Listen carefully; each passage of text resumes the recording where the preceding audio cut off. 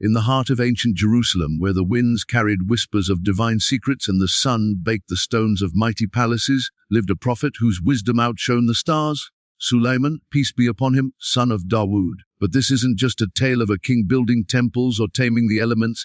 It's a gripping saga of invisible forces, rebellious spirits, and a single seal that strikes terror into the hearts of the Jinn even today. Why do these unseen beings, powerful enough to shape, shift, and traverse realms, still cower at the mere mention of Sulaiman's seal? Grab a seat, because we're about to journey through Quranic revelations, ancient legends, and timeless lessons that reveal the ultimate power of faith over the unseen. Trust me, this story will have you glancing over your shoulder, wondering what lurks in the shadows. Let's go back to the beginning. Prophet Sulaiman wasn't born with dominion over the world. It was a gift from Allah, a test of his gratitude and justice. The Quran paints a vivid picture in Surah An-Nam. Allah granted him the ability to understand the language of birds and ants, command the winds to carry him across lands and, most astonishingly, subjugate the Jinn. These Jinn, created from smokeless fire long before humans from clay, are a parallel creation, some righteous, others mischievous or downright evil. They live in their own societies, marry, eat and believe, but their powers, superhuman speed, strength to build colossal structures, and the ability to possess or deceive. Yet, under Sulaiman, they were like obedient workers in a grand construction yard. The key to this control, his legendary seal, often depicted as a ring engraved with the greatest name of Allah or sacred symbols like a hexagram. According to traditions, the archangel Jibril delivered this ring from the heavens, inscribed with divine words that invoked Allah's ultimate authority. It wasn't magic in the forbidden sense. No, Sulaiman never dabbled in sorcery. That would be shirk, associating partners with God. Instead, it was a divine tool, a symbol of Allah's mercy and power bestowed uniquely upon him. With it, Sulaiman could bind the Jinn, forcing even the mightiest Ifrits, those fiery, rebellious types, to kneel and serve. Imagine the scenes: Jinn diving into the depths of the ocean to fetch pearls and corals for his palace, others carving massive stone blocks for the temple in Jerusalem, faster than any human army could dream. One famous tale from the hadiths and folklore tells of a defiant Ifrit who boasted he could bring the Queen of Sheba's throne from Yemen before Sulaiman could stand from his seat.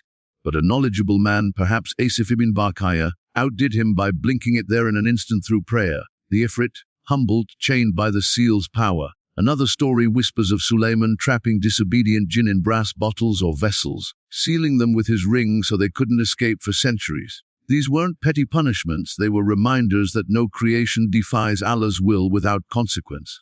But why the fear? The Jinn weren't just serving out of loyalty, they trembled because the seal represented something unbreakable, divine command. It burned like a brand on their essence. As legends describe Sulaiman pressing it onto a Jinni's neck, marking it as subservient forever. One such Jinni, Ornias, a vampire-like spirit who stole life force, shrieked in terror at the seal's touch, a cry so piercing it shook the heavens. The Jinn knew that defying Sulaiman meant defying Allah, and the seal was the physical manifestation of that authority. Even the shayateen, the devilish Jinn led by Iblis, couldn't resist its pull. They built, they fetched, they obeyed, all while plotting in the shadows, waiting for a chance to rebel. Now, here's where the mystery deepens: Sulaiman's death.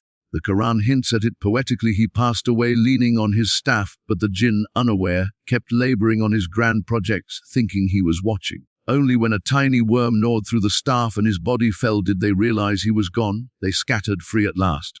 But did the fear vanish? Not at all. Centuries later, the seal's legacy endures. In Islamic folklore and even some Sufi traditions, the symbol of Sulaiman's seal, a star within a circle or hexagram, is etched into amulets, rings, and talismans to ward off evil Jinn. Why? Because it invokes the same divine names that once bound them. Jinn being long-lived, remember their humiliation under Sulaiman. The seal reminds them of their vulnerability, that even their immense power crumbles before Allah's decree. Think about it, in remote villages across the Muslim world, from Morocco to Indonesia, people still whisper incantations using Sulaiman's name to exorcise possessing Jinn. Stories abound of Ruqayya healers drawing the seal to drive out Seher, black magic often tied to Jinn alliances. The Jinn fear it because it's not just a relic, it's an eternal symbol of submission. As the Prophet Muhammad, peace be upon him, taught, seeking protection through Allah's words is permissible, but twisting it into forbidden magic.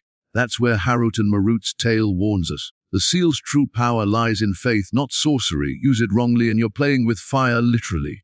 As we wrap this up, Ponder this in our modern world, where skepticism reigns and the unseen feels like fairy tales. The story of Sulaiman's seal is a powerful reminder.